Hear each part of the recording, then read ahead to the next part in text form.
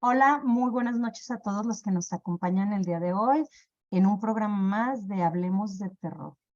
Nos acompaña JJ Mason. Él es autor de nuestra editorial en Letras Negras.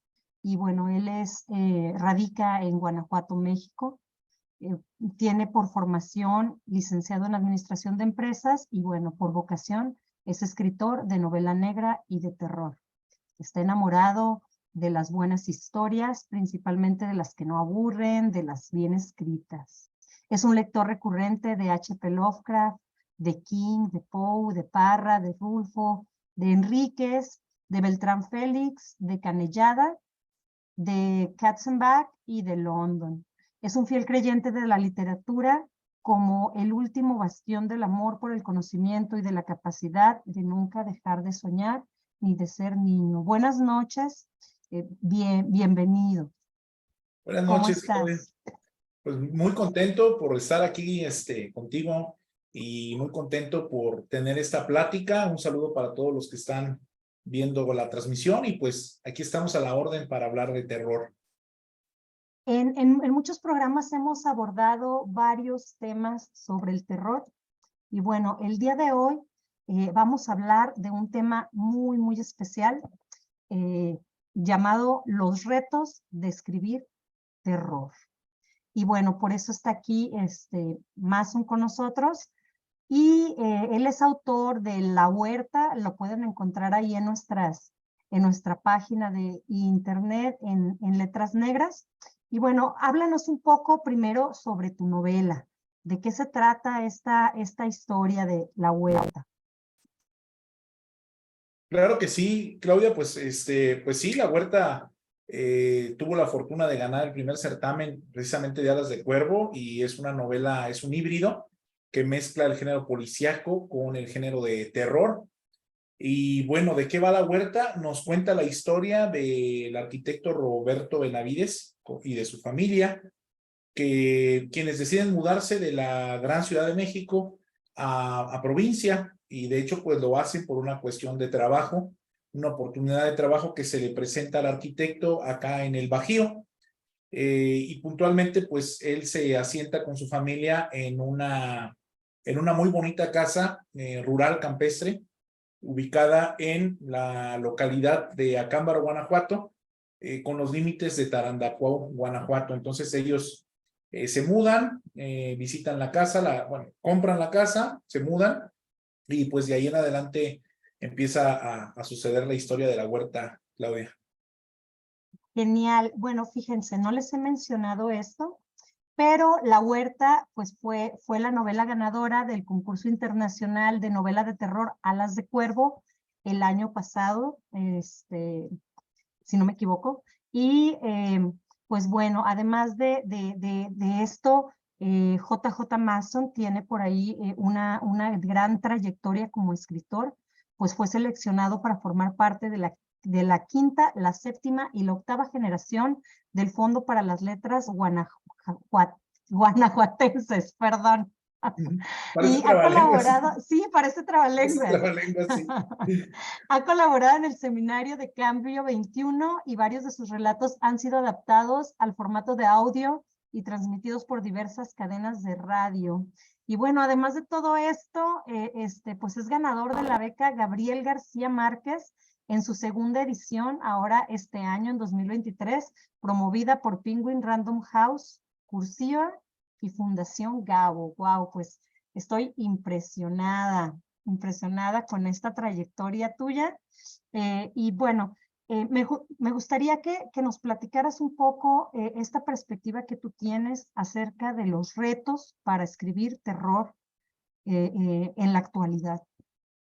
Pues sí, sí, Claudia, la verdad es que son muchos. En algún momento cuando platicábamos sobre qué tema elegir para una entrevista aquí con Letras Negras, con Alas de Cuervo, creí muy rico este tema por la cuestión de que a los escritores del género de terror, los escritores del género de terror tenemos varios retos, no solamente con los lectores, también como con el mismo gremio, con el mismo gremio literario, ¿Por qué? Porque desde hace mucho tiempo a veces la literatura de terror, yo siento que no se le da el reconocimiento que debe de tener, ¿no? Como que a veces piensan que escribir terror es sencillo y la verdad es que no. La verdad es que escribir terror está lleno de retos por muchas causas. Una de ellas es pues que ya hay una enorme oferta de historias de terror en diferentes plataformas, puntualmente audiovisuales, en donde ya pues casi todas las historias de terror han sido contadas. Podemos hablar de vampiros, de hombres lobos, de posesiones demoníacas, casas embrujadas, muñecos diabólicos, monstruos del pantano y en fin, ¿no?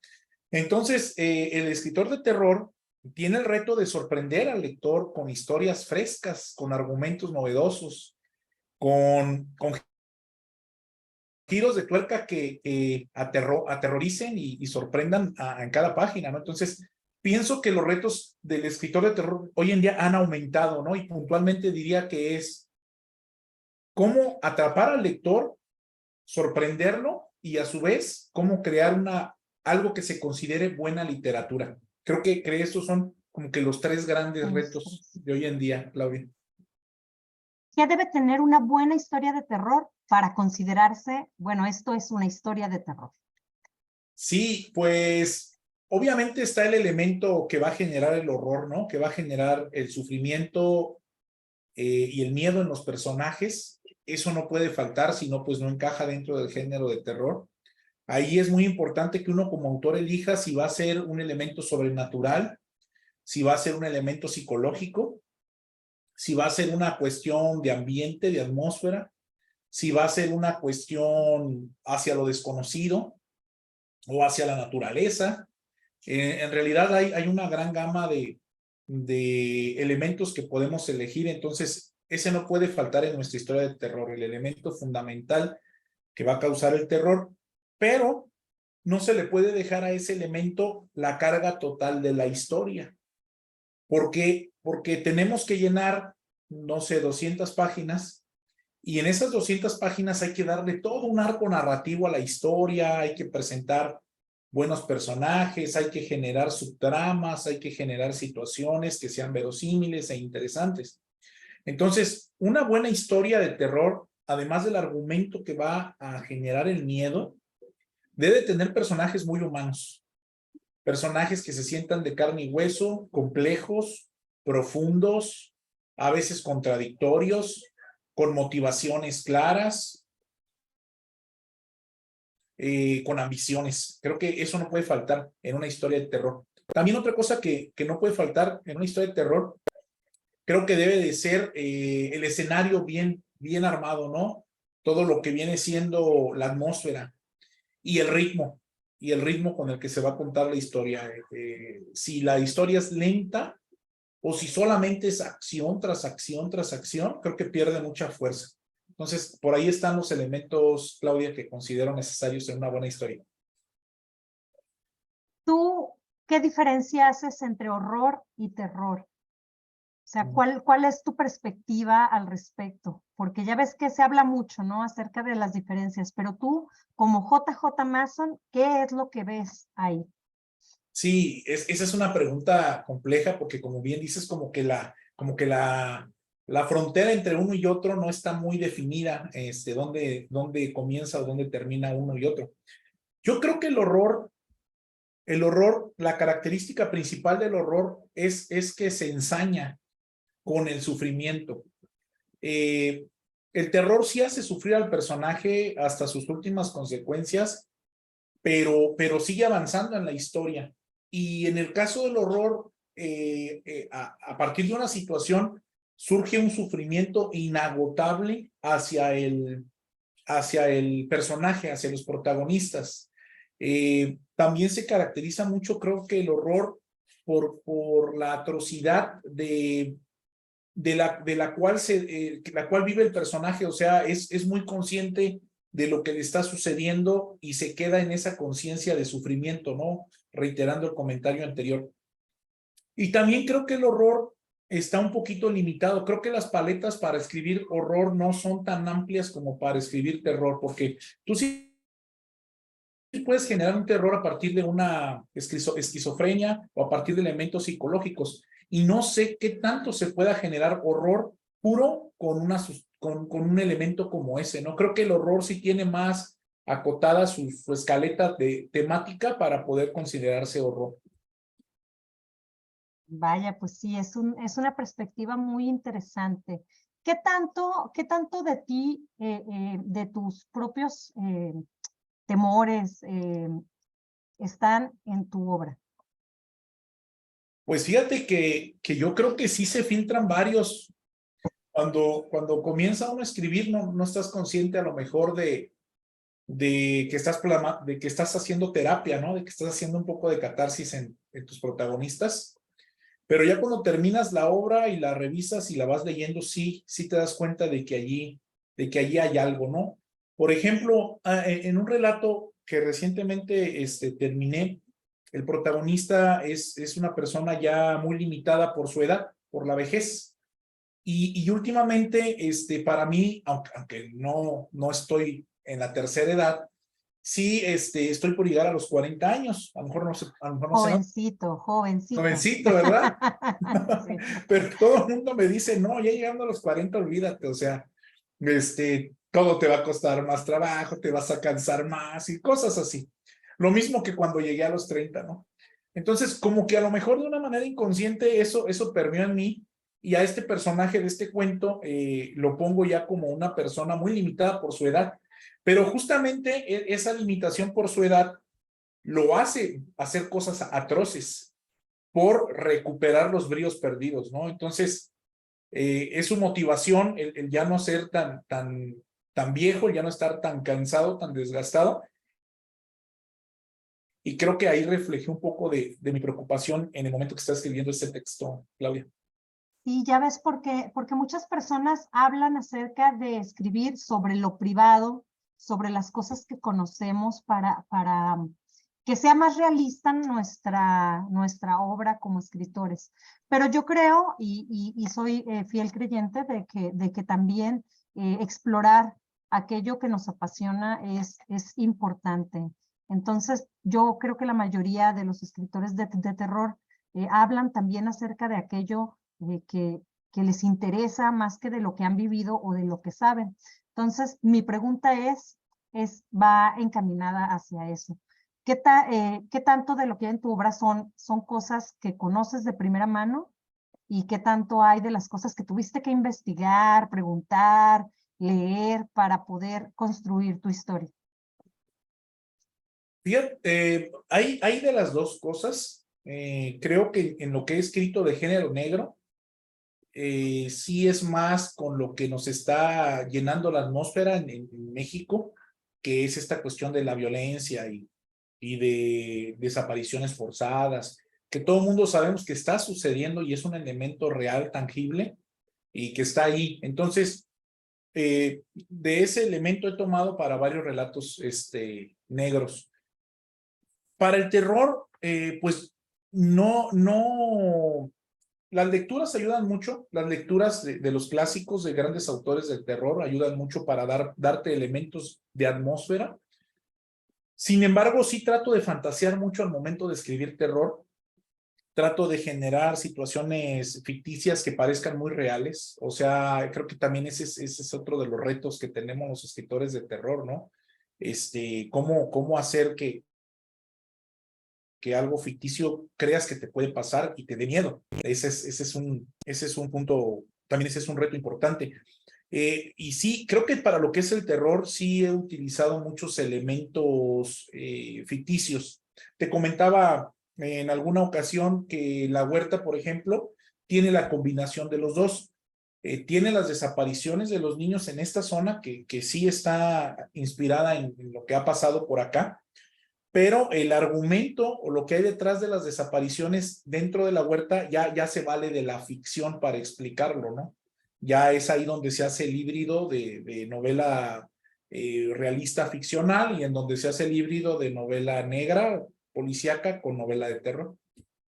Bueno, que aunque si nos ponemos a analizar, la mayoría de las obras no son de un género puro, o sea, siempre tienen esta mezcla de algo más que no es el género en la que la clasifican las editoriales, ¿no? Bueno, tu mayor reto, ¿cuál fue al escribir esta novela, pero no tanto en lo policíaco, sino en lo del terror? O sea, tú cuando ya escribiste, no sé, primero, segundo, tercer borrador y decides presentarla, ¿cuál crees que es tu mayor reto? El principal reto es hacer que combine. A veces cuando tú le vas a dar el giro de tuerca a una novela, tú comienzas generándole muchas expectativas al lector. Creo que generar expectativas en el lector es relativamente fácil. El problema es cumplírselas. Entonces, cuando yo iba más de la mitad de la huerta, aunque ya tenía la idea de cómo iba a terminar la novela, uno de los principales retos fue cómo hacer la coyuntura para que funcionara, ¿no? Para que no dijera el lector, ay, aquí ya no supo qué ponerle y ya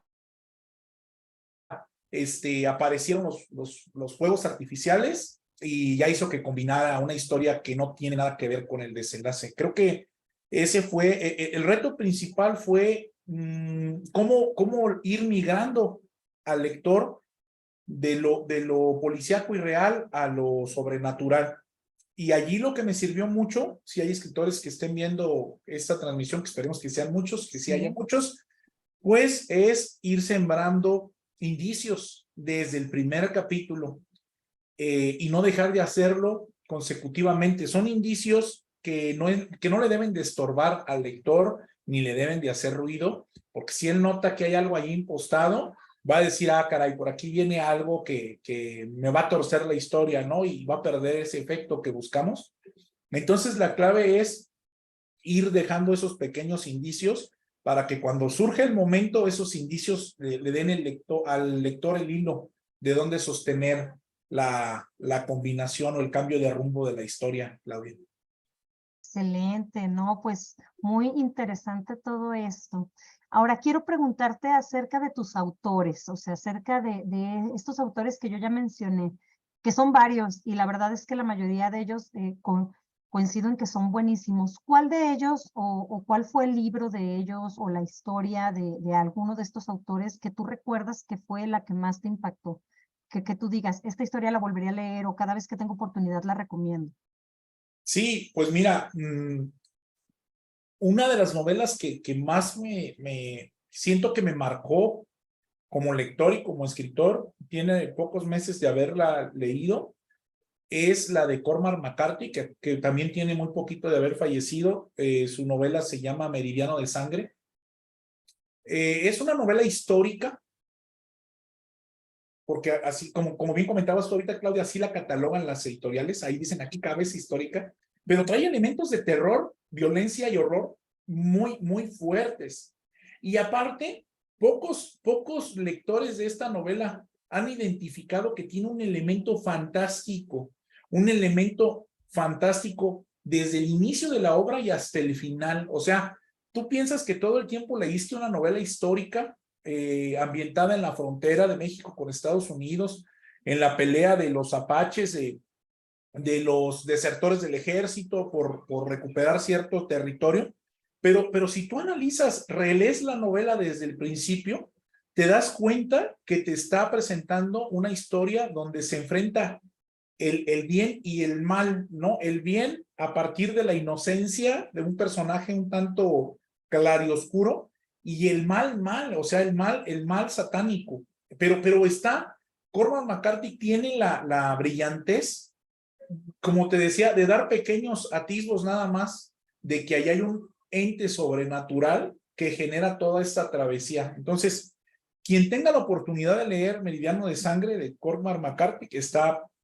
Y otra novela que es una obra maestra por la estructura y el ritmo que tiene y por la actualidad que tiene, es la de Laberinto, de Eduardo Antonio Parra, novela negra ambientada en el norte del país, una novela que está fijada en un diálogo entre dos personajes en una cantina, pero esos personajes desde esa cantina te llevan a un pasado sangriento de su pueblo, y te llevan a un futuro muy sombrío, pasando por historias de vida combinadas de personajes secundarios. Es una obra maestra, aparte muy ligera, creo que son pasaditos de 200 páginas.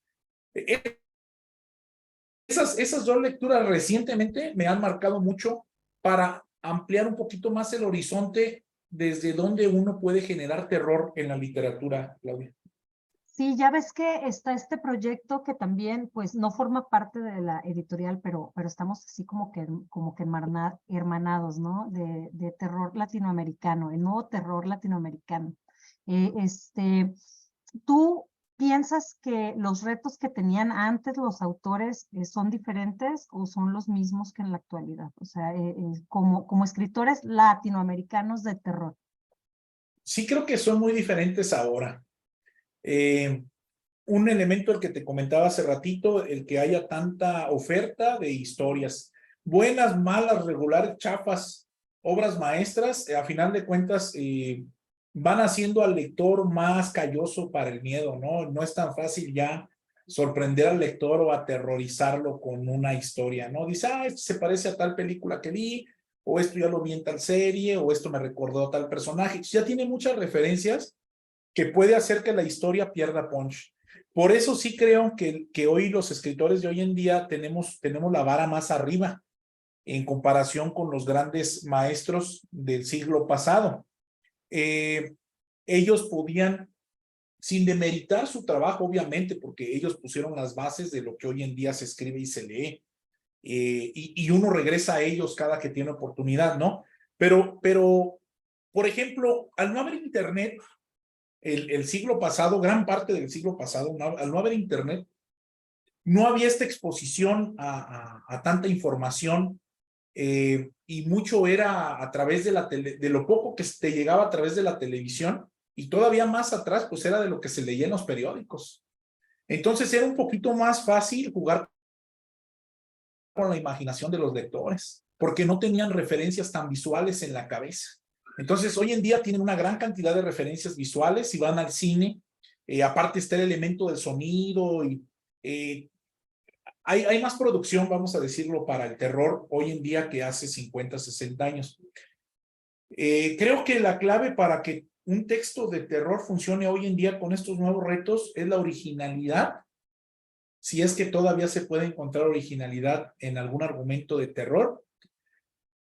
Pero más que la originalidad en el argumento, Claudia, sería la originalidad en la forma de contar la historia.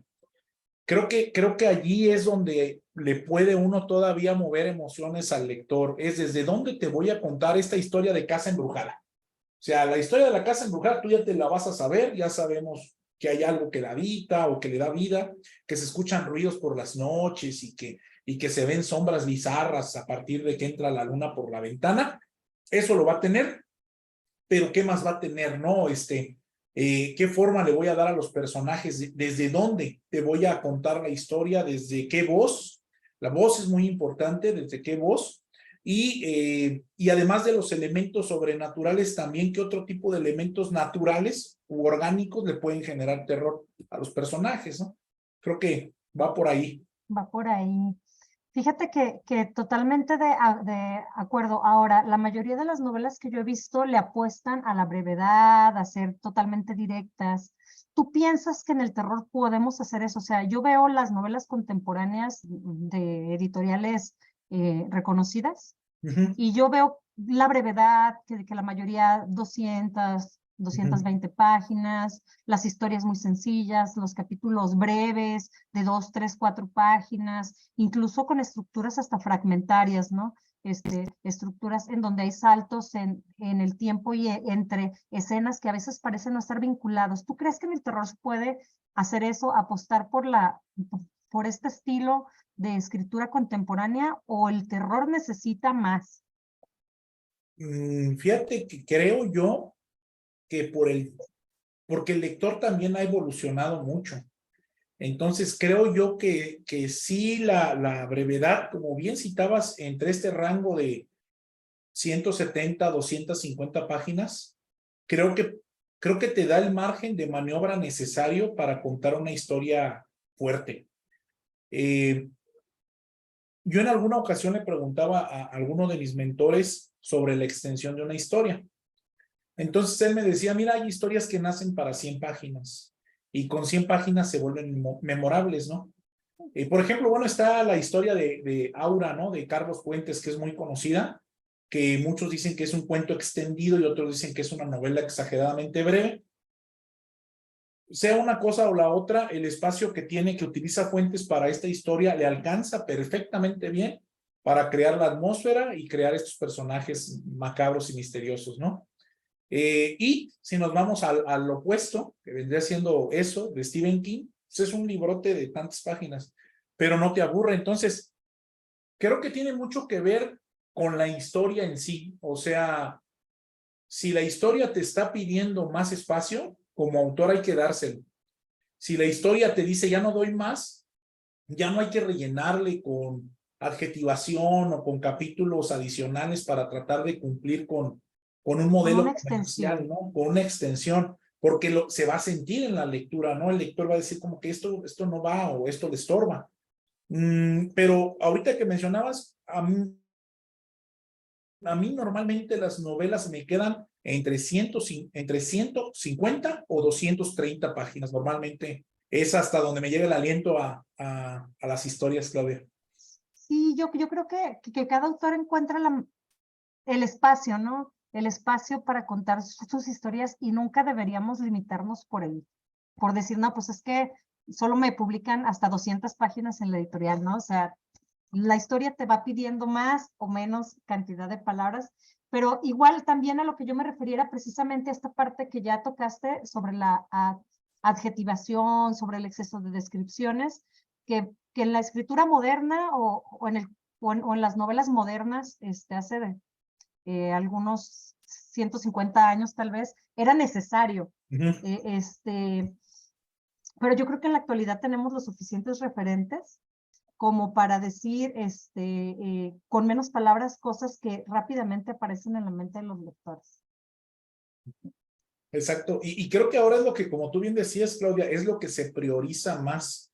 Se prioriza más dejar huecos, pero no dejar huecos por carencia narrativa, sino dejar huecos intencionales para que el lector los llene con lo que tú ya le diste, ¿no? Y creo que eso hoy en día es lo que llena más al lector, el que tú también lo dejes ser parte de la conformación total de la obra. Y que ellos vayan llenando estas partes que tú no le quisiste decir para quizás tú no perder tiempo y tampoco hacérselo perder a él, ¿no? O sea, imagínate qué hizo en esas horas en las que no contaste lo que pasó, ¿no? O en esos días, o en esos meses, o en esos años dentro de la historia.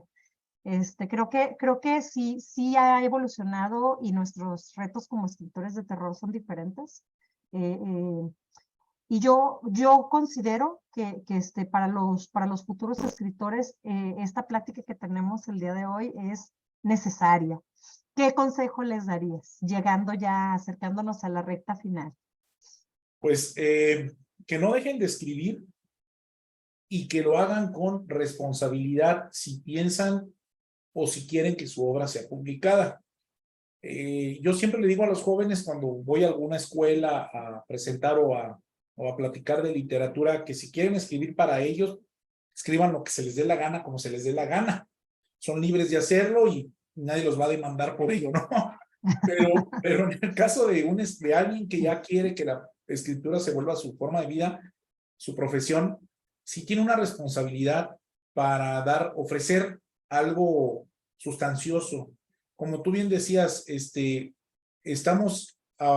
pretendemos robarle lo más valioso a los lectores, que es su tiempo en nuestras páginas.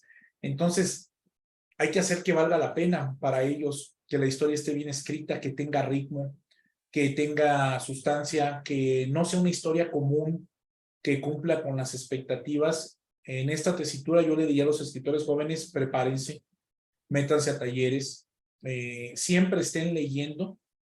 Yo antes decía que hay que leer del género, pero yo hoy en día estoy en otra faceta, en otra etapa, yo creo, por lo mejor porque ya me acerco a los 40 años, pero hay que leer de todo, de todo. Novela histórica, novela realista, novela romántica, novela gótica, novela juvenil. Leer otros géneros nos va a ampliar el margen de maniobras y de posibilidades al momento de escribir terror. y nos podemos llegar a sorprender de las herramientas narrativas que podemos obtener de otros géneros. ¿Por qué no? ¿Y por qué recomiendo meterse a un taller? Porque uno como autor no puede ser juez y parte de su propia obra. Entonces, en un taller, un grupo de personas lectoras y también escritoras te va a dar su opinión de lo que funciona y de lo que no. Y otro consejo aquí es que hay que tener la humildad de aceptar cuando tienes que corregir detalles de tu obra y aprender y agradecer esos comentarios que te dicen en beneficio del crecimiento de tu texto. Y hacerlo de manera profesional, buscar estar con los escritores referentes de los géneros, aprender de los mejores, es algo que va dando frutos a largo plazo y que te hace vivir bonitas experiencias. Creo que esos serían los consejos, Claudia. Y pues que recuerden que el primer punto final que ponemos es un borrador y que todo es un borrador hasta que se publica, ¿no es así? Exactamente. Sí, hasta que ya lo vemos ahí impreso, no deja de ser algo que puede ser mejorable. Pues muchas gracias por compartir con nosotros.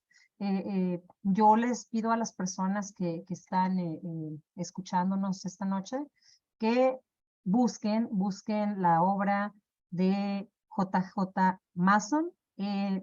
Con nosotros tiene publicada La Huerta, pero estoy segura de que muy pronto vienen otros proyectos, vienen otras publicaciones, tiene pues obra literaria para mucho. Y bueno, pues mi consejo es ese, búsquenlo, búsquenlo por ahí en sus redes. No sé si gustas compartir tus redes. Sí, claro que sí, Claudia.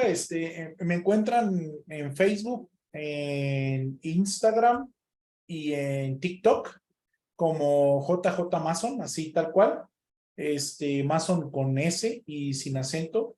Ahí estamos compartiendo contenido y como bien dices, que entren a la página de Grupo Editorial Letras Negras, que busquen ahí La Huerta y ojalá y le den una oportunidad a esta historia, que además forma parte de una trilogía, pero la novela es autoconclusiva, o sea que ahí está disponible para que la disfruten, Claudia. Bueno, pues ahí está. También que te contacten a ti por si quieren un ejemplar firmado, ¿verdad? Siempre es de gran valor. Y pues que estén al pendiente por si llega a presentarse en alguna de sus ciudades, se acerquen a adquirir su obra. Pues muchas gracias por estar aquí con nosotros el día de hoy en este espacio que es Hablemos de Terror. No, muchas gracias a ti, Claudia, por la invitación, a todos los que nos están viendo. Estamos ahí a sus órdenes y hay que seguir escribiendo y leyendo terror. Buenas noches a todos. Buenas noches.